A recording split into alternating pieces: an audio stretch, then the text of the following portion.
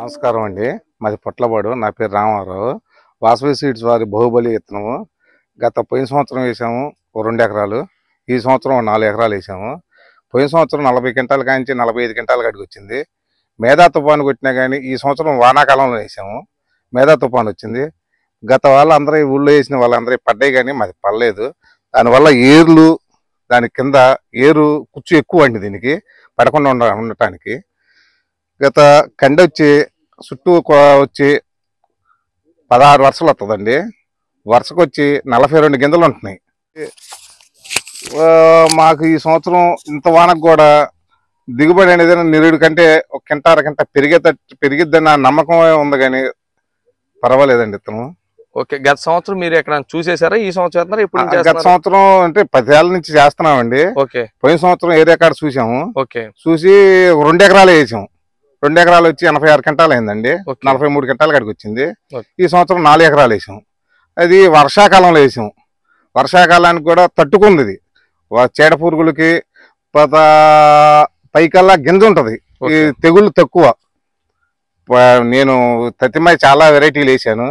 వేసినా కానీ వాటికి వీటికి ఏంటంటే పైన వాటికి కొన్నిటికి ఇక్కడ దాకే ఉంటదండి. ఈ పైకల్లా ఉంటది. దీనికి క్వాలిటీ ఏంటంటే రేఖల పై దాకా ఉంటది. ఎంత వర్షం పడ్డా వాన నీళ్ళు చుక్క అనేది నీ లోనకి వెళ్ళదు. తతిమ్మ వాటికి కొంచెం ఎలుతుగా ఉంటది. నీళ్ళు వెళ్తే అవి కొంచెం దెబ్బతింటున్నాయి విత్తనాలు. ఈ పైకల్లా ఉండయి, బాగుంది. చుట్టూ వచ్చి 16 వరుసలు ఉంటున్నాయి. పై వరుస ఒక కింద నుంచి పై దాకా 44 విత్తనాలు దాకా ఉంటున్నాయి. దానివల్ల మాకు దిగుబడి పెరిగిద్దనే అవకాశం ఉంది. ఏంటంటే ఈ సంవత్సరం వానలు ఎక్కువ ఉంటారు, మందులు ఎలా ఉన్నాయి, తెగుళ్ళు ఏ విధంగా ఉన్నాయి? ఈ సంవత్సరం ఇంత వానకు కూడా తట్టుకుందంటే మేము మందులు వేసే అవకాశం కూడా లేదండి ఈ వర్షాలకి. ఓకే, ఈ వర్షాలకు మందులు వేయక మేము కూడా అనుకున్నాం ఈ వారం వల్ల దెబ్బతింటదేమోనని. కానీ ఏ మాత్రం దెబ్బతినకుండా తతిమ్మ వెరైటీల కంటే కూడా మాది వెరైటీ బాగుంది. వచ్చి చూసిపోయారు, చాలా మంది జనం కూడా వచ్చారు రైతులు. ఈ సంవత్సరం ఇప్పుడు సాగు చేయాలనుకున్న మొక్కజొన్న రైతులకి మీరు ఈ బాహుబలి గురించి ఏమని చెప్తారు? బాహుబలి అనండి. బాహుబలి విత్తనం అనేది వేసుకోదగ్గ విత్తనం. రైతుని అనేది నష్టపడనీయకుండా, రైతుని అనేది దెబ్బతినీయకుండా బాహుబలి అనేది వేసుకోదగ్గ విత్తనం అండి నాకు తెలిసిన వరకు. మార్కెట్ లో ఏ విధంగా ఉంది? మార్కెట్ వచ్చి ఈ విత్తనం లావు ఉంటదండి. గింజ షైనింగ్ ఉంటది బాగా. తతిమ్మ గింజల కంటే కూడా షైనింగ్, విత్తనం లావు, బెండ్ వచ్చేసి సన్నంగా ఉంటది. దానివల్ల విత్తనం గింజ అనేది లావు ఉంటది.